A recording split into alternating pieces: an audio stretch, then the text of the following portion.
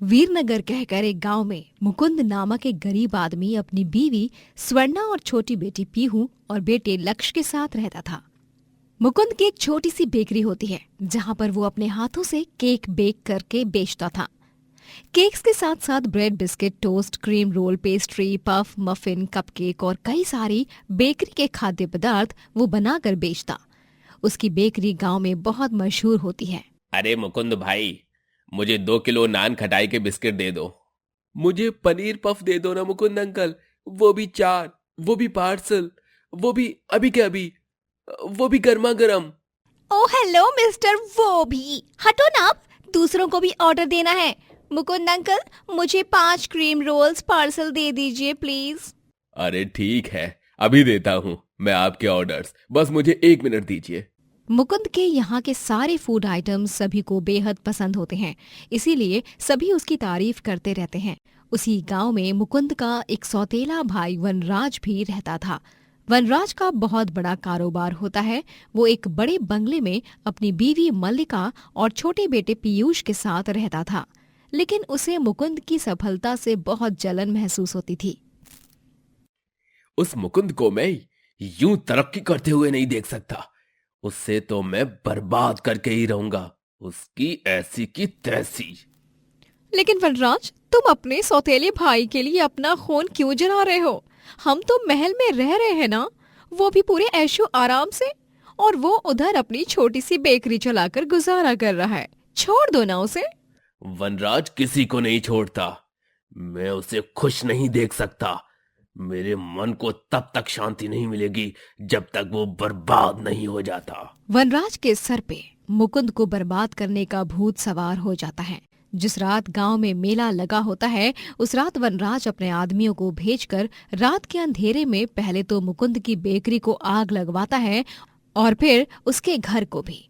जब मुकुंद मेले से लौटकर अपने घर और बेकरी को जलते हुए देखता है, तभी उसके पैरों तले जमीन खिसक जाती है। हे भगवान, मैं बर्बाद हो गया। ये क्या हो गया मेरे घर और बेकरी को? मेरी खुशियां, मेरे सपने सब जलकर राख हो गए। स्वर्णा, देखो ना क्या हो गया ये। जी, आप अपने आप को संभालिए, हिम्मत रखिए। पापा। चारों की जिंदगी में मानो दुखों का सैलाब आ जाता है और वो अब हर तरफ से बेघर हो चुके थे। दिसंबर की ठंड में चारों भी गांव की सर्द सड़कों पर यहाँ से वहां दर दर भटकते रहते हैं।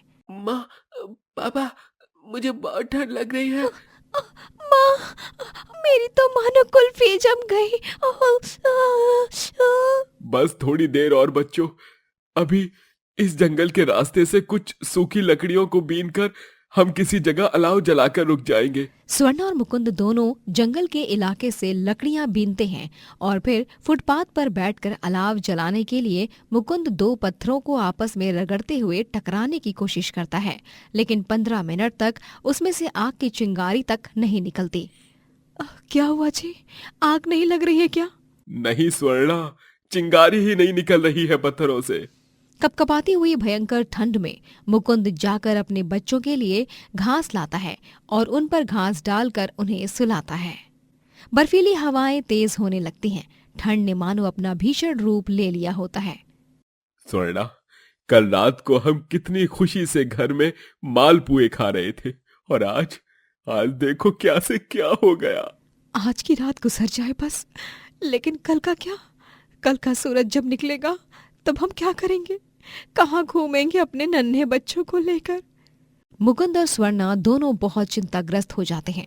पीहू और लक्ष्य के ऊपर की घास हवा की वजह से उड़ जाती है और उन दोनों को भरपूर ठंड के कारण नींद नहीं आती और उन्हें बुखार आ जाता है। हे भगवान, दोनों बच्चों को, अरे संभालो भगवान, इन दोनों का बदन बहुत तेज बुखार से तप रहा है। अब हम क्या करें मुकुंद जी? माँ, पापा। पीहू और लक्ष्य दोनों ठंड के मारे बुरी तरह कांप रहे होते हैं। तभी मुकुंद को सामने एक खाली सब्जी का ठेला दिखता है, जहाँ पर एक रेहड़ी होती है और उस रेहड़ी पर कुछ कपड़े की गोनियां होती हैं। मुकुंद, पीहू और लक्ष्य उनको उस रेहड़ी पर सुलाता है और उन पर वो कपड़े की गोनी डालता है और फिर उस रेहड़ी को धक्का मारते हुए वो गांव के बाहर के गवर्नमेंट हॉस्पिटल में चला जाता है और अपने बच्चों को डॉक्टर के पास दिखाता है। इंजेक्शन लेने पर बच्चों की तबीयत में थोड़ा सुधार आता है। अगले दिन चारों एक मंदिर के पास से गुजर रहे होते हैं। तभी उन्हें एक छोटा बच्चा रोते हुए दिखता है। पापा, मम्मी। बच्चे, आप रो क्यों रहे हो?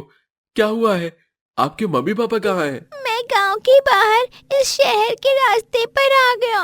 कल शाम से यहाँ हूँ, इस मंदिर में खेलते खेलते आ गया था मैं इस जगह पे। रात भर मैं अपने पापा मम्मी से अलग हूँ।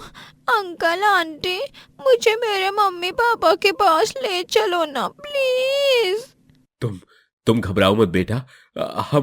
हम तुम्हें सही सलामत तुम्हारे मम्मी पापा के पास ले जाएंगे। हाँ बेटा, अब बस तुम हमें अपने घर का पता बता दो, हम तुम्हें वहीं ले जाएंगे। वो छोटा बच्चा मुकुंद और स्वरा को अपने घर का पता बताता है और वो उसके साथ उसे घर छोड़ने जाते हैं और देखते हैं कि वो एक आलीशान से बंगले में रहता है। लेकिन वहां पर मुकुंद और स्वरा वनराज और मल्लिका को देखकर हैरान रह जाते हैं और वनराज भी मुकुंद को देखकर भौचक्का रह जाता है। पापा पापा, इन अंकल आंटी ने ही मुझे वहाँ से बचाकर यहाँ लाया है। हाँ। वनराज, तुम? मुकुंद, आप दोनों एक दूसरे को जानते हो क्या पापा? वनराज को अपनी गलती पर बहुत ज्यादा शर्मिंदगी महसूस होती है और वो मुकुंद के सामने जाकर भावुक आंखों से हाथ जोड़ते हुए माफी मांगता है और सारा सच बताता है। क्या इसका मतलब मेरे घर को और बेकरी को तुमने ही जलाया वनराज? मुझे माफ कर दो मुकुंद। तुमने मेरे जिगर के टुकड़े को मेरे पास वापस ला दिया और मैंने तुम्हारे साथ क्या किया? नफरत और जलन की आग में तुम्हारे घर और बेकरी के साथ साथ खुद को भी जला दिया। आज मुझे खुद से नफरत हो रही है। भले ही हमारा रिश्ता सगा नहीं सौतेला है, लेकिन फिर भी मैं तुम्हें अपना भाई मानता हूं। मुझे माफ कर दो मुकुंद। मुकुंद की भी आंखें भर आती हैं और वो दोनों एक दूसरे को गले से लगाते हैं। मैं तुमसे वादा करता हूं मुकुंद, मैं तुम्हारे सारे नुकसान की भरपाई कर दूंगा। बस तुम मेरे साथ रहना। आज मैं इस नफरत की दीवार को हटा रहा हूं। आप दोनों ने बहुत अच्छा किया। आज ये साबित हो गया कि रिश्ते चाहे सौतेले हो, सगे हो या खून के ना हो, पर असली रिश्ते तो दिल से बनते हैं ना, और दिल से ही निभाए जाते हैं। इसका मतलब पीयूष हमारा भाई हुआ। ये सुवर्णा, जब दोनों भाइयों में सुलह हो गई तो हम क्यों पीछे रहे? आओ गले लग जाओ। इस तरह सभी एक परिवार की तरह रहने लगते हैं और दोनों भाई मिलकर साथ में बड़ी बेकरी खोलते हैं और दोनों साथ में अपना बिजनेस शुरू करते हैं और बहुत तरक्की हासिल करते हैं। दिसंबर का महीना था। कड़ाके की ठंड पड़ चुकी थी। पूरे चौक के घरों के बाहर रातों में अलाव जलना काफी मामूली सी बात हो गई थी। सभी शॉल, स्वेटर, मफलर और कान टोपियों को पहनकर गर्म कपड़ों में रहते।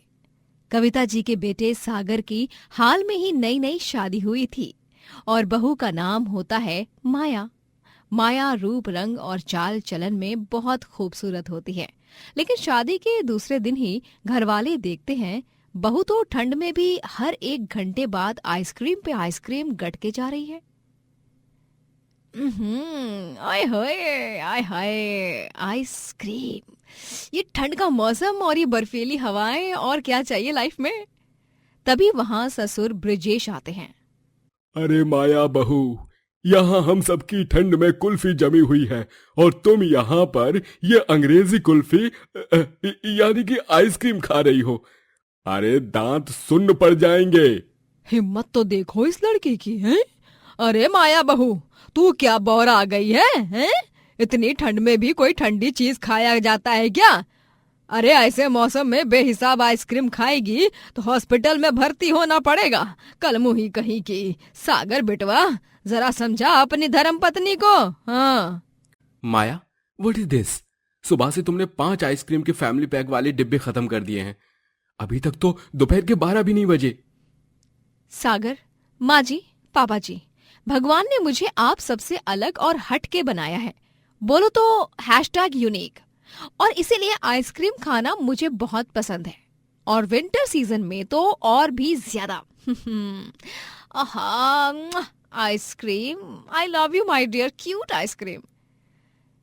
माया के ये बर्ताव को देखकर सागर, कविता और ब्रिजेश अपना सर पकड़ लेते हैं।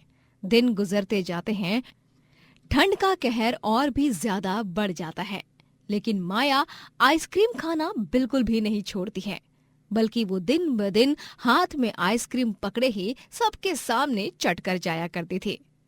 वो दिन भर पानी की तरह आइसक्रीम खाती है।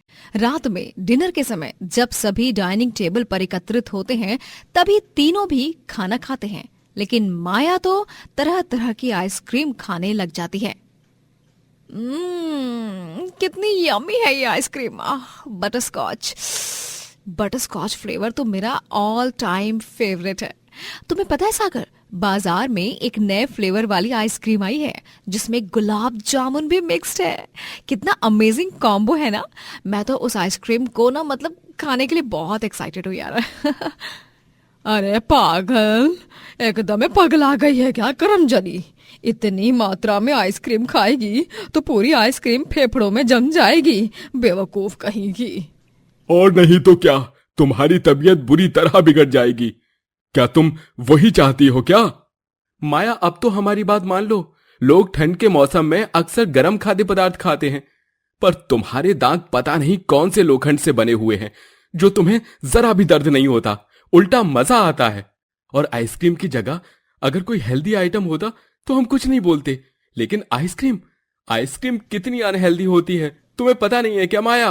ओफो सागर, आइसक्रीम में दूध, अंडे, मक्खन होते हैं, और मैं तो ज्यादातर फ्रूट्स वाली आइसक्रीम ही खाती हूँ। स्ट्रॉबेरी, ब्लूबेरी, मैंगो, गुआवा, चीकू और बहुत सारे फलों की आइसक्रीम। वो सब तो न्यूट्रिशियस ही होते हैं ना, उनमें क्या बुराई है, बोलो बोलो। माया के इस अजीबो गरीब नॉन स्टॉप आइसक्रीम खाने की आदत से अब घर वाले काफी परेशान हो जाते हैं। कविता को लगता है कि ब्रिजेश जी सुनिए, मुझे तो ऐसा व्यतीत हो रहा है कि माया बहू के अंदर किसी आइसक्रीम की दीवानी चुड़ैल की आत्मा घुस गई है। अरे एक इंसान इतनी कपकपाती हुई ठंड में ऐसे बिना रुके आइसक्रीम पे आइसक्रीम कैसे खा सकता है? देखिए, हो न हो यही माजरा है। हमें तांत्रिक को बुलाना होगा। हाँ कविता, तुम एकदम सही कह रही हो। रुको, नटवरलाल की पहचान का एक भूत और चुड़ैलों को भगाने वाला तांत्रिक है, उससे फोन मिलाता हूँ अभी। ब्रिजेश उसकी बात मान लेता है और अपने दोस्त नटवरलाल के पहचान के तांत्रिक को बुलाता है और माया को बांधकर उस पर झाड़ फूंक करते हुए कहता है, आलतू जलालतू आई बला को टालतू, ए दुष्ट आइसक्रीम खाने वाली चुड़ैल, निकल जा मेरी मासूम सी बच्ची के शरीर से। इसे मार डालना चाहती है क्या आइसक्रीम खा खा कर? निकल जा इसके शरीर से बुरी चुड़ैल। अब मुझे छोड़िए माँ जी, पापा जी, ये क्या नौटंकी चल रही है? मेरे अंदर किसी चुड़ैल ने प्रवेश नहीं किया है। मुझे खुद ही आइसक्रीम खाना बहुत पसंद है। प्लीज मुझे छोड़िए।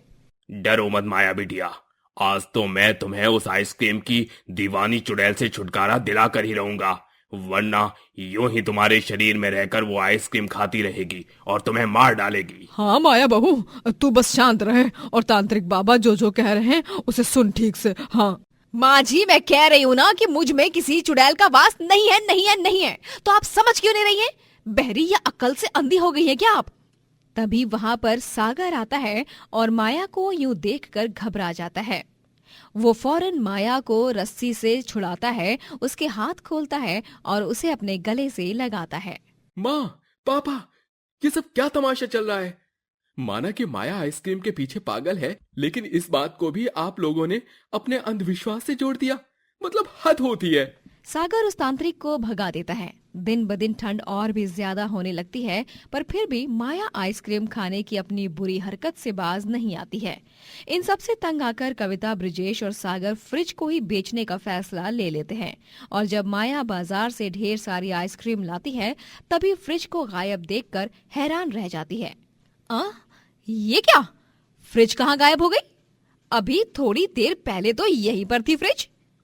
हमने फ्रिज बेच दिया क्योंकि तुम ऐसे तो हमारी बात मान नहीं रही। इसलिए अब जब आइसक्रीम की जड़ यानी कि फ्रिज नहीं रहेगा, तब तो तुम अपने आप अपनी आइसक्रीम खाने की आदत से छुटकारा पालोगी। देखना तुम। हाँ माया बहू, किसी भी चीज को खाने की या करने की एक हद होती है।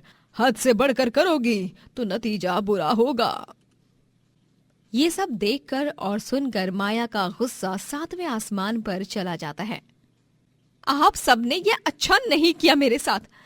पाप किया है आप सबने, पाप। आप लोगों को क्या लगा फ्रिज को हटा देंगे तो ये रोनी सूरत बनाकर चुपचाप एक कोना पकड़कर बैठ जाएगी? तो कान खोल के सुन लीजिए आप तीनों। मैं तो आइसक्रीम खाऊंगी और वो भी ज्यादा खाऊंगी, घर में नहीं तो बाहर जाकर, लेकिन मैं तो खाऊंगी ही। और हाँ, मैं चाहे एक आइसक्रीम खाऊं, 2 खाऊं, 3 खाऊं, ठंड में खाऊं, गर्मी में खाऊं, बरसात में खाऊं, घर में खाऊं, बाहर खाऊं, जितनी चाहे जहां खाऊं, आपको क्या? एटीट्यूड दिखाकर माया वहां से चली जाती है और अब वो बाहर जाकर आइसक्रीम पार्लर में आइसक्रीम खाने लगती है। हेलो, मुझे 2 big scoops butterscotch, 3 mango flavour, 2 chocolate, 2 vanilla और हाँ 4 कप्स वो नई गुलाब जामुन फ्लेवर्ड आइसक्रीम। हाँ, मैं टेबल नंबर 3 पर बैठी हूँ। ऑर्डर 5 मिनट के अंदर आ जाना चाहिए, वरना तुम्हारे आइसक्रीम पार्लर की कंप्लेन कर दूंगी मैं। मेरा दिमाग पहले ही बहुत गर्म हो चुका है। मुझे फटाफट से ठंडी ठंडी आइसक्रीम दे दो। अरे वाह वाह। Okay ma'am, thank you ma'am. आप हमारे यहाँ आई। ठंड के मौसम में तो हमारा बिजनेस पूरा ठप पड़ चुका है, लेकिन इस दुनिया में इतनी भयंकर ठंड में भी आइसक्रीम के फैंस होते हैं। ये हमें आज पता चला। आप बैठिए, हम अभी आपका ऑर्डर सर्व करते हैं। माया एक ही बार में ढेर सारी अलग अलग प्रकार की आइसक्रीम्स को खा जाती है और तब जाकर उसे राहत मिलती है। एक तरफ जहां लोग ठंड से बचने के लिए चाय के स्टॉल्स पर जाकर गर्मा गर्म चाय की चुस्की लेते हैं, तो वहीं माया मैडम खुलेआम चौक में दोनों हाथ में आइसक्रीम पकड़कर खाते हुए जाती है। ये सब देखकर सभी आसपास वाले भौचक्का रह जाते हैं। एक दिन माया की तबीयत इतनी बुरी तरह बिगड़ जाती है कि वो बिस्तर ही पकड़ लेती है। उसे गंभीर सर्दी जुकाम हो जाता है और उसका हाल बेहाल हो जाता है। आइसक्रीम को नॉन स्टॉप कंज्यूम करने के कारण इनकी बॉडी का फैट और शुगर बढ़ चुका है, और तो और इन्हें बहुत सर्दी जुकाम भी हुआ है। ये मैंने कुछ दवाइयां लिख कर दी हैं, इन्हें लीजिए और प्लीज अब आइसक्रीम को खाना बंद कर दीजिए। हाँ डॉक्टर जी, मैं बौरा गई थी, जो सबकी बात नहीं सुन रही थी। आज मुझे समझ आ गया कि किसी भी चीज को हद से ज्यादा खाओगे तो फायदा नहीं बल्कि नुकसान होगा।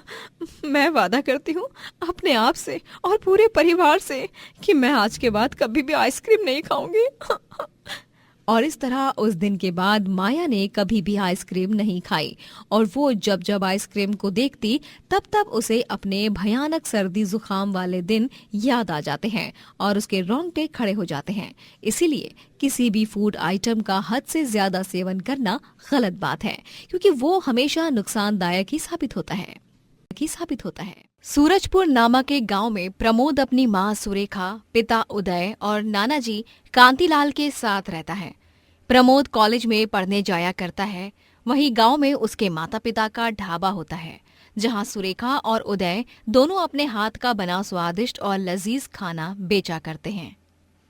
सुरेखा, ये लो, जल्दी से ये पापड़ तल दो और 4 ग्लास मसाला छाछ बना दो। तब तक मैं चुकंदर के पराठे तैयार करता हूँ, टेबल नंबर 3 के लिए। ठीक है प्रमोद के पापा। उदय और सुरेखा 50 से ऊपर होने के बावजूद भी काम में काफी फुर्तीले होते हैं। दिसंबर का महीना अब खत्म होने वाला होता है और इसी के साथ अब ठंड काफी ज्यादा बढ़ने लगती है। अरे वाह वाह वाह वाह वाह वाह उदय भाई साहब, वाह! तुम्हारे ढाबे के ये गर्मा गर्म मक्खन वाले पराठे खाकर तो मजा ही आ गया। इस ठंड में तुम्हारे ढाबे में आराम से बैठकर खाना खाने का मजा ही कुछ और है। बिल्कुल सही कह रहे हो। हाँ, उदय भाई और सुरेखा भाभी के ढाबे की तो बात ही निराली है। गांव में इकलौता ऐसा ढाबा है ये जहां के खाने का स्वाद एकदम घर के खाने के जैसा आता है।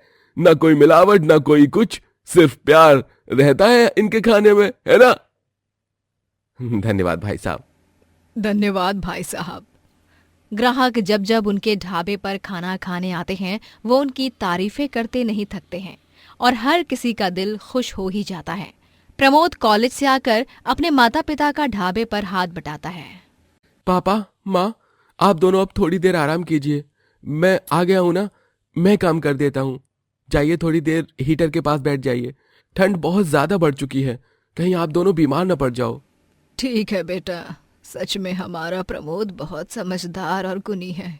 भगवान सभी को प्रमोद जैसा ही बेटा दे। हाँ सुरेखा। अच्छा प्रमोद बेटा, तुमने घर का हीटर तो ठीक कराया है ना? वो पुराना वाला, नाना जी को कहीं ठंड न लग जाए। पापा आप फिक्र मत कीजिए, मैंने वो पुराना वाला हीटर ठीक करा दिया है और नाना जी के लिए नए स्वेटर और मफलर भी ला दिए हैं। हाँ चलो ठीक है, बहुत खूब बेटा। उदय का बड़ा भाई प्रताप और उसकी बीवी मेनका भी उसी गांव में रहते हैं। उन्हें उदय की तरक्की से खूब जलन होती है। वो दोनों उन लोगों से जरा भी बात नहीं करते हैं। देख लिया जी आपने, कैसे खुशियां मना रहे हैं वो लोग। ऊपर से वो उदय और उसका बेटा प्रमोद, सब कुछ कितना अच्छा चल रहा है उनका। मुझे तो कुछ सहा नहीं जा रहा है। मुझे भी नहीं मेनका, हमारा कारोबार ठप पड़ा हुआ है। हमारा बेटा बिगड़कर भाग चुका है हमें छोड़कर, और मेरे छोटे भाई के जीवन में इतनी सारी खुशियां हैं। ये नहीं हो सकता, हमें कुछ ना कुछ तो करना ही होगा। अब उदय के जीवन में दुखों के काले बादल मैं लाऊंगा। प्रताप और मेनका दोनों उदय के एक्सीडेंट की योजना बनाते हैं और प्रताप मौका ढूंढते ही जब एक दिन उदय को अकेला सड़क से जाते हुए देखता है, वो तुरंत उसे अपनी गाड़ी से ठोक कर चला जाता है, जिसके चलते उदय को गंभीर चोट आ जाती है और वो एक पैर से अपाहिज हो जाता है। पैसों की कमी के चलते हॉस्पिटल बिल भरने के लिए उन्हें अपना ढाबा तक बेचना पड़ता है। पापा, पापा, अब आप कैसे हो? आपको दर्द तो नहीं हो रहा है ना? नहीं प्रमोद बेटा, मैं अब ठीक हूं। अब तो बस इस व्हील चेयर पर ही जीवन गुजारना है। ढाबा था वो भी चला गया, पता नहीं अब क्या होगा। नहीं पापा, आप फिक्र मत कीजिए। आप पैर से अपाहिज हुए हैं, हाथों से नहीं। अभी भी घर बैठे आप और माँ दोनों साथ मिलकर वहीं बढ़िया खाना बना सकते हो और हम उसे बेच सकते हैं। लेकिन कैसे प्रमोद बेटा? नाना जी की पुरानी साइकिल है ना, मैं उस पर सारा खाना रखूंगा और गली गली जाकर खाना बेचूंगा। हाँ सुरेखा बिटिया, दामाद जी, मुन्ना एकदम सही कहत रही। इतनी ठंड माँ कौन ढाबे पर आएगा भी नहीं। उसे बेहतरी ही है कि मुन्ना सबका घर में जा कर खाना बेचेगा। एकदम सही चुनाव सुझाव है मुन्ना का। हमारा आशीर्वाद तुहार साथ ही है। जा बेटवा, खूब तरक्की कर। ठीक है बेटा, अपना ख्याल रखना, लेकिन ठंड में साइकिल चलाना बहुत मुश्किल होता है बेटा। आप चिंता मत कीजिए पापा, आपका बेटा आपके जैसा ही ताकतवर है। उदय और सुरेखा दोनों मियाँ बीवी घर पर स्वादिष्ट खाना बनाया करते हैं और उसी खाने को प्रमोद साइकिल पर रखकर बेचने जाया करता है। इस तरह वो दिन रात बहुत कमाने लगता है। प्रमोद पढ़ाई और काम दोनों को बखूबी संभालने लगता है। अरे वाह वाह प्रमोद बेटा, तुम अपने पापा की इस प्रकार मदद कर रहे हो, ये देखकर सच में बड़ा ही आनंद आ रहा है। अपने पापा का ध्यान रखना और जल्दी उन्हें ठीक करके देना बेटा। जी काका जी। प्रमोद साइकिल पर खाना बेचते हुए भी बहुत प्रगति करने लगता है और अब धीरे धीरे उनके परिवार में खुशियां वापस लौटने लगती हैं। ये देख प्रताप और मेनका दोनों की जलन अब पहले से और ज्यादा बढ़ जाती है। ये कैसे हो सकता है? एक ही महीने में सब कुछ ठीक कैसे होने लगा है? हमें उस उदय का इतना बड़ा एक्सीडेंट किया है? लेकिन उसके बाद भी ये लोग टस से मस नहीं हुए हैं। प्रमोद कॉलेज और साइकिल ढाबा दोनों संभाल रहा है और अपने परिवार का पेट पाल रहा है। प्रमोद कुछ ही महीनों में ढेरों पैसे कमाकर अपने पापा का एक बड़े डॉक्टर के यहाँ इलाज करवाता है और प्रोस्थेटिक लेग बैठाकर उदय फिर से चलने लगता है, जिसके बाद वो लोग फिर से जुटाए हुए पैसों से अपना नया ढाबा खोलते हैं और ये देख प्रताप का गुस्सा और बढ़ जाता है। नहीं, ऐसा नहीं हो सकता है। उदय का पैर ठीक होकर वो फिर से खुश नहीं रह सकता। इस बार मैं ऐसा वार करूंगा, ऐसा नुकसान करूंगा उन लोगों का कि वो लोग उसकी भरपाई कर ही नहीं पाएंगे। लेकिन आप ऐसा क्या करेंगे जी? प्रताप अब उदय के ढाबे को जलाने की योजना बनाने लगता है। ये रहा कैरोसिन। आज रात को जब सारा गांव चैन की नींद सोएगा, तब हम अंधेरे में मौके पे चौका मारेंगे और वहां जाकर उदय का ढाबा जला देंगे। हाँ जी, ये सही रहेगा। ये तो बहुत ही कमाल का सुझाव है जी आपका। लेकिन वो केरोसिन का ढाबा प्रताप के घर पर ही लीक हो जाता है और गलती से चूल्हा जलाते वक्त माचिस की तीली फर्श पर फैले केरोसिन पर जाती है और प्रताप और मेनका का घर ही जलने लगता है। अरे नहीं, अरे बचाओ, बचाओ! नहीं, ये तो हमारे घर में ही आग लग गई। मेनका, ये क्या हो गया? मेनका और प्रताप आग में फंस जाते हैं, लेकिन तभी उनके घर से गुजर रहा साइकिल पर सवार प्रमोद ये सब देख लेता है और वक्त रहते वो उन दोनों को आग में से बाहर निकालकर उनकी जान बचा लेता है। ताऊ जी, आप दोनों ठीक हो ना? हाँ प्रमोद बेटा। प्रमोद उन दोनों को अपने घर ले जाता है और वो दोनों को उदय ही अब सहारा देता है। ये देख कर प्रताप और मेनका को अपने किए पर बहुत शर्मिंदगी महसूस होती है। मुझे माफ कर दो उदय। तुम्हारा बड़ा भाई होकर भी मैंने तुम्हारे साथ बहुत गलत किया है। पहले तुम्हारा एक्सीडेंट किया और आज मैंने तुम्हारे ढाबे को जलाने की योजना बना रहा था, लेकिन मेरा घर ही जलकर राख हो गया। आज हम दोनों को समझ आ गया है देवर जी कि चाहे आप मन में कितनी भी खटास रख लो, कितनी भी नफरत रख लो, अंत में सके खून के रिश्ते ही काम आएंगे। और आज हमें सच में अपनी काली करतूतों पर बहुत शर्मिंदगी महसूस हो रही है। हमें तहे दिल से माफ कर दीजिए आप सब। पूरा परिवार प्रताप और मेनका को माफ कर देता है और उस दिन के बाद सभी एक साथ खुशी से रहने लगते हैं और उदय का ढाबा और ज्यादा तरक्की करता है। राजेश और उसकी पत्नी विमला एक कपड़ा मिल में काम करके अपना और अपने दोनों बेटा बेटी मीनू और टीटू का पेट पालते हैं। वो दोनों अपने बच्चों से भरपूर प्यार करते हैं। मीनू टीटू से 2 साल बड़ी होती है और वो 14 साल की होने के बावजूद भी सारा खाना बनाना जानती है। अरे वाह मीनू बिटिया, ये सब्जी रोटी और पनीर के पकौड़े तो एकदम लाजवाब बने हैं। भाई मानना पड़ेगा विमला, तुम्हारी बेटी तो तुमसे भी अच्छा खाना बनाती है। हाँ राजेश जी, ये बात तो आपने बिल्कुल सही कही। मुझे बहुत गर्व महसूस होता है मीनू पर। मीनू अपनी पढ़ाई के साथ साथ अपने छोटे भाई टीटू का ख्याल रखती है। हमारी गैर मौजूदगी में खाने से लेकर घर के बाकी सारे काम भी करती है। सच में हम बहुत भाग्यशाली हैं मीनू बिटिया, जो तुम हमारी बेटी हो। और मैं बहुत भाग्यशाली हूँ माँ, जो आप दोनों मेरे माता पिता हो। मैं आप दोनों से बहुत प्यार करती हूँ। हाँ माँ पापा, आप दोनों दिन भर काम करके घर आते हो, तब घर में रौनक आती है। आप दोनों हमें कभी छोड़कर तो नहीं जाओगे ना? अरे टीटू बेटा, ये कैसी बातें कर रहा है तू? हम भला अपनी जिगर के टुकड़ों को छोड़कर कहीं जा सकते हैं क्या? हाँ बिल्कुल नहीं, ऐसा कभी भी नहीं होगा बच्चों। लेकिन टीटू को जिस बात का डर था वही होता है। एक हफ्ते बाद जब राजेश और विमला मिल में काम कर रहे होते हैं, तभी अचानक से मिल में आग लग जाती है और उस आग में सभी जलकर मर जाते हैं। अपने माता पिता के खोने के बाद अब मीनू और टीटू दोनों इस दुनिया में अकेले हो जाते हैं। अब हम क्या करेंगे मीनू दीदी? हमारा तो माँ और पापा के सिवा इस दुनिया में कोई भी नहीं है। टीटू रो मत, बस टीटू, माँ पापा, ये क्या हो गया? आप दोनों हमें छोड़कर क्यों चले गए? ये अच्छा नहीं किया आपने भगवान जी हमारे साथ। आपने हमसे हमारे माँ पापा नहीं, हमारी दुनिया छीनी है। टीटू और मीनू के पास पैसे नहीं थे, जिस कारण उन्हें घर से और स्कूल से बाहर निकाल दिया जाता है और अब वो सड़क पर दर दर भटकने लगते हैं। वो कई लोगों से पैसे और खाने की मदद मांगते हैं, लेकिन उन्हें कोई मदद नहीं करता, जिसके बाद कपकपाती हुई ठंड में वो दोनों सड़क के एक किनारे सो जाते हैं। मीनू टीटू के बदन पर घास डाल देती है ताकि उसे ठंड न लगे और खुद भी वहीं उसके बगल में सो जाती है। माँ पापा, अब तो आप तारे बन चुके हो, हमारी रक्षा करो। आप दोनों के जिगर के टुकड़े मुसीबत में हैं, हमारी मदद करो माँ पापा। मीनू और टीटू अगले दिन खाने की तलाश में निकल पड़ते हैं। तभी उन्हें एक पेड़ दिखाई देता है जिस पर रसीले फल होते हैं। दीदी, ये देखो, इस पेड़ पर ताजे रसीले फल हैं, हम इन्हें खा सकते हैं। लेकिन टीटू, ये पेड़ कितना ऊंचा है, इस पर तुम कैसे चढ़ पाओगे?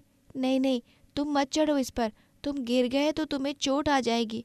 लेकिन दीदी, मैंने कह दिया सो कह दिया, मेरी बात माना करो टीटू।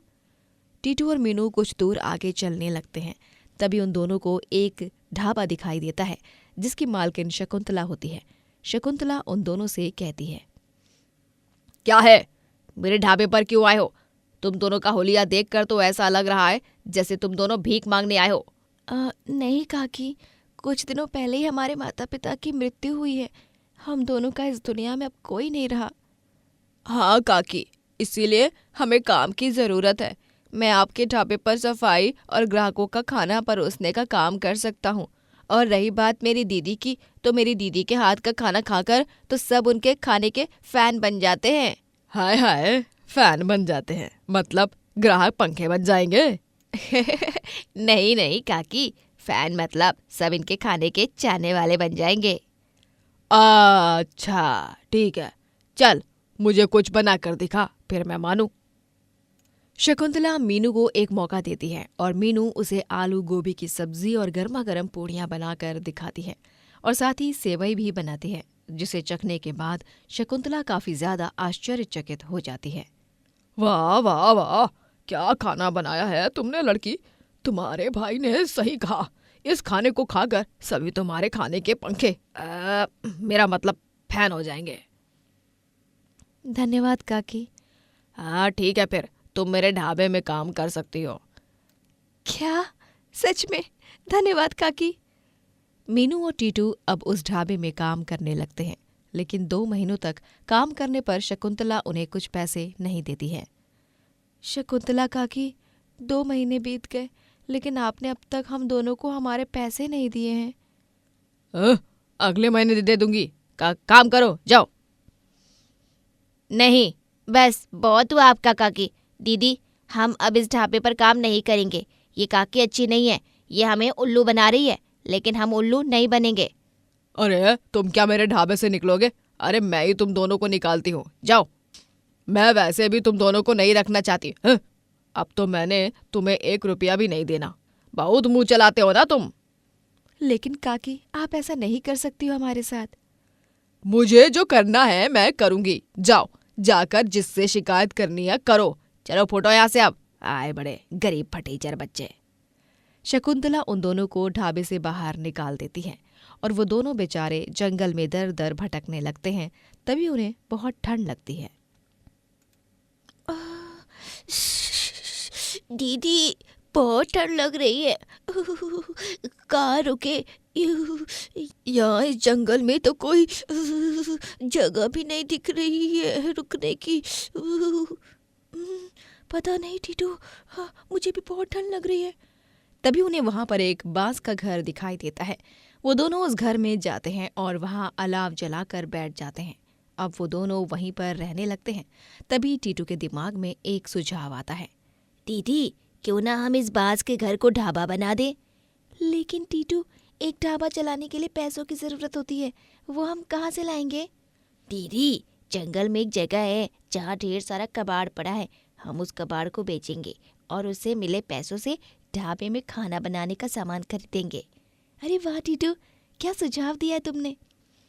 टीटू और मीनू अब उस जंगल में पड़े कबाड़ को बेचकर उन पैसों से खाना बनाने की सारी सामग्री लाते हैं और उस बांस के घर को एक ढाबे में बदल देते हैं, जिसके बाद वहां पर खाना बनाने लगते हैं। पहले कुछ दिनों तक उनके ढाबे पर केवल इक्का दुक्का लोग ही आते हैं, पर धीरे धीरे उनका ये छोटा सा बांस का ढाबा पूरे गांव में प्रसिद्ध हो जाता है। अरे वाह टीटू और मीनू, तुम्हारे इस बांस के ढाबे में खाना खाने का मजा ही कुछ और है। अरे और तो और यहाँ का खाना, उसका तो कोई तोड़ ही नहीं है। मीनू, तुम एक बहुत अच्छी शेफ हो। मीनू और टीटू की तरक्की से शकुंतला जलने लगती है, क्योंकि मीनू के जाने के बाद अब उसके ढाबे पर जितने ग्राहक आते थे वो भी नहीं आते हैं। मीनू और टीटू के बांस के ढाबे को तो मैं बर्बाद करूंगी, वो भी अपने हाथों से। उन दोनों ने मुझे टक्कर देने की कोशिश की है, ये अच्छा नहीं किया उन्होंने। वो दोनों जानते नहीं कि शकुंतला क्या चीज है। शकुंतला रात में उस बांस के ढाबे को तोड़ने जाती है, लेकिन तभी अचानक से हवा में 2 बांस की लकड़ियां प्रकट हो जाती हैं और वो दोनों लकड़ियां अपने आप शकुंतला को बुरी तरह मारने लगती हैं। नहीं नहीं नहीं, नहीं बचाओ मुझे, बचाओ। तभी शकुंतला को वहां पर राजेश और विमला की आत्मा दिखाई देती है और वो दोनों उससे कहते हैं, तुम्हें क्या लगा कि तुम हमारे बच्चों को तकलीफ पहुंचाओगी? नहीं, हम ऐसा नहीं होने देंगे। मरने के बाद भी हम दोनों अपने बच्चों की रक्षा करेंगे। अगर आइंदा से इन दोनों को चोट पहुंचाने की जरूरत भी की तो हम दोनों से बुरा और कोई नहीं होगा शकुंतला। नहीं, माफ कर दो मुझे। शकुंतला डर के मारे कांपने लगती है और वहां से रफू चक्कर हो जाती है और मीनू और टीटू दोनों उस बांस के ढाबे से पैसे कमाकर जीवन में खूब तरक्की करते हैं। मिथिलपुर कहकर एक गांव में हेमंत अपनी बीवी करुणा और बूढ़ी माँ नीलांबरी संग रहता है। उन दोनों की हाल ही में शादी हुई होती है। हेमंत का गांव में एक ढाबा होता है जहां वो अंडा बिरयानी, अंडा चावल, ऑमलेट, अंडा भुर्जी और कई सारे अंडे से बने वाले पकवान बनाकर बेचा करता है। उसके घर के आंगन में हेमंत ने कई सारी मुर्गियां पाल रखी होती हैं, जिनकी वो काफी अच्छे से देखरेख करता है। माँ जी, ये हेमंत जी कहाँ चले गए? उन्हें मैंने अभी अभी नाश्ता परोसा है। करुणा बहू, हेमंत बाहर आंगन में अपनी मुर्गियों को उनका खाना दे रहा है। वो हर रोज खुद अन्न का निवाला खाने से पहले उन्हें खिलाता है। करुणा, मुर्गियों से ही तो हमें अंडे मिलते हैं और उनके अंडों से बने हुए पदार्थों से हमारा ढाबा चलता है, तो हमें उनकी देखरेख तो करनी चाहिए, है ना? उनकी देखरेख बहुत अच्छे से करनी चाहिए, क्यों माँ? बिल्कुल सही कहा हेमंत बेटा। सच में हेमंत जी, आप बहुत अच्छे इंसान हो। हेमंत के ढाबे पर सबसे ज्यादा अंडा चावल बिकता है। लोगों को उसके ढाबे का अंडा चावल पसंद आता है। ओए होए होए, क्या अंडा चावल है! हा, मजा ही आ गया मुझे तो इसे खाकर। सच में ऐसा अंडा चावल मैंने आज से पहले कभी नहीं खाया। बहुत जायकेदार बना है ये। हेमंत का ढाबा इस अंडा चावल के लिए ही तो जाना जाता है। यहाँ के अंडे से बने पदार्थों को खाकर तो ऐसा लगता है कि और खाएं, मन ही नहीं भर पाता। इतने स्वादिष्ट और मजेदार पदार्थ हैं, और ये अंडा चावल, ओहो, ये तो इस ढाबे की जान है, जान। क्यों, सही कहा ना मैंने हेमंत भाई? जी, एकदम सही कहा आपने भाई। मेरे ढाबे का अंडा चावल खाने लोग दूर दूर से आते हैं और सभी ग्राहकों का यही प्यार देखकर मुझे अपने काम को करना और अच्छा लगता है। अरे तुम्हारे ढाबे की बात ही गजब है, इसीलिए तुम्हारा ढाबा इतना मशहूर है। यूं ही तरक्की करते रहो मेरे भाई। धन्यवाद। हेमंत के जीवन में सब कुछ अच्छा चल रहा होता है, लेकिन एक दिन पड़ोस के गांव का एक चोर मिथिलपुर में आता है। तभी वो हेमंत के आंगन में ढेर सारी मुर्गियों को देखता है। अरे वाह, इतनी सारी मुर्गियां! इन्हें चुराकर मैं अपने गांव में जाकर दुगने दाम में बेचूंगा। चोर उन सभी मुर्गियों को रात के अंधेरे में मौका मिलते ही चोरी कर लेता है और ट्रक में भरकर चला जाता है। अगली सुबह जब हेमंत सारी मुर्गियों को गायब देखता है, तभी वो बहुत हैरान हो जाता है। ये क्या, मेरी सारी मुर्गियां कहाँ चली गईं? कहीं कोई उन्हें चोरी कर तो नहीं ले गया होगा? हे भगवान, अब क्या होगा जी? हमारे ढाबे पर तो सभी अंडों के बने पदार्थ ही खाने आते हैं, अब मुर्गियों के बिना अंडे कहाँ से आएंगे? ये क्या हो गया? नहीं, मैं अपनी मुर्गियों को ढूंढ कर ही रहूंगा। जी, मैं भी आपके साथ चलती हूँ। हेमंत और करुणा दोनों मुर्गियों को पूरे गांव में ढूंढते हैं, लेकिन उन्हें मुर्गियां कहीं नहीं मिलती, जिसके बाद हेमंत काफी ज्यादा परेशान हो जाता है। और अब उसे अपना ढाबा चलाने के लिए ना चाहते हुए भी अंडों को अंडे वाले से खरीद कर इस्तेमाल करना पड़ता है। एक अंडा 5 रुपए का हो चुका है। अंडों को खरीद कर मुझे काफ़ी नुकसान हो रहा है, लेकिन अब क्या करूं? ढाबा बंद करने की जगह थोड़ा बहुत नुकसान झेल लूं, वही सही रहेगा। जी आप चिंता मत कीजिए, सब ठीक हो जाएगा। एक दिन जब हेमंत ढाबे से लौटकर घर आ रहा होता है, तभी उसे रास्ते में एक साधु बाबा दिखाई देते हैं जो रास्ता पार करने वाले होते हैं और सामने से एक ट्रक तेजी से आ रहा होता है। साधु बाबा का एक्सीडेंट हो उससे पहले हेमंत वहां पहुंचकर साधु बाबा को साइड में कर लेता है और उनकी जान बचा लेता है। धन्यवाद बेटा, आज अगर तुम नहीं होते तो अब तक मेरे प्राण जा चुके होते।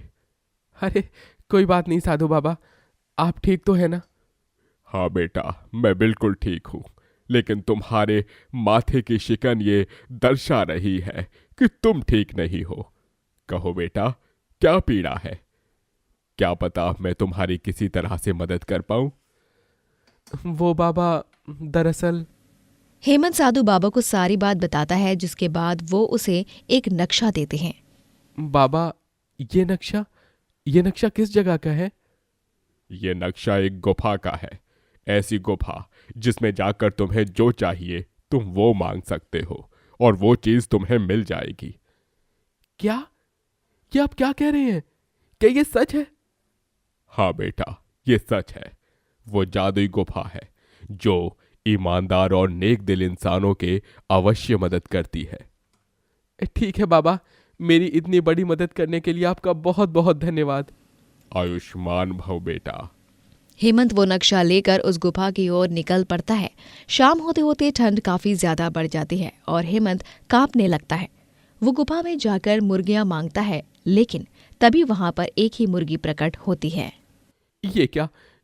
एक मुर्गी से क्या होगा? मैंने तो कई सारी मुर्गियां मांगी हैं जादुई गुफा।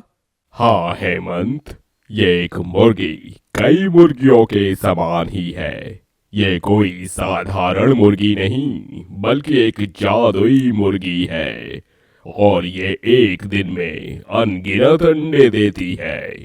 तुम्हें इससे जितने अंडे चाहिए ये उतने अंडे दे देगी। क्या? अरे वाह, ये तो गजब ही हो जाएगा फिर तो। धन्यवाद जादुई गुफा, धन्यवाद। अब हेमंत उस जादुई मुर्गी को अपने घर ले जाता है और उसमें से वाकई में अनगिनत अंडे निकलते हैं, जिन्हें देख हेमंत, करुणा और नीलांबरी तीनों के तीनों चकित रह जाते हैं। वाह वाह, ये तो बड़ी कमाल की जादुई मुर्गी है। ये जादुई मुर्गी भी आपको आपके अच्छे कर्मों के कारण ही मिली है हेमंत जी। हाँ हेमंत बेटा, बहू बिल्कुल सही कह रही है। उस जादुई गुफा में केवल अच्छे लोगों की ही इच्छा पूरी होती है। अब इस जादुई मुर्गी के आने से मेरे ढाबे में फिर से रौनक छा जाएगी और फिर से मैं अच्छे खासे पैसे कमा पाऊंगा और अब मुझे कोई नुकसान भी नहीं होगा। हाँ हेमंत जी, मैंने कहा था ना आपसे, सब कुछ ठीक हो जाएगा। हाँ करुणा। हेमंत अब उस जादुई मुर्गी के जरिए फिर से रोजाना अपने ढाबे पर अंडा, चावल और अन्य पदार्थ बनाकर बेचने लगता है और फिर से उसे अच्छा खासा मुनाफा होने लगता है। फिर एक दिन जब वो चोर उस गांव में फिर से आता है, तभी वो हेमंत के घर के बाहर से झांककर उसके घर में उस जादुई मुर्गी को देखता है और जादुई मुर्गी को लगातार ढेर सारे अंडे देते देख उस चोर की आंखें फटी की फटी रह जाती हैं। ओ तेरी, इसका मतलब ये एक जादुई मुर्गी है। इस मुर्गी को अगर मैंने चुरा लिया तो फिर तो मैं अंडों को बेच बेच कर करोड़पति बन जाऊंगा। अब चाहे कुछ भी हो जाए, आज तो मैं इस जादुई मुर्गी को चुरा कर ही रहूंगा। वो चोर घर खाली होते ही वहां जाता है और जादुई मुर्गी को चुराने के लिए उसके पास आता है। तभी अचानक से उस पर से पिंजरा गिरता है और चोर उस पिंजरे में कैद हो जाता है। तभी वो जादुई मुर्गी गुस्से से कहती है, तुझे क्या लगा मूर्ख चोर?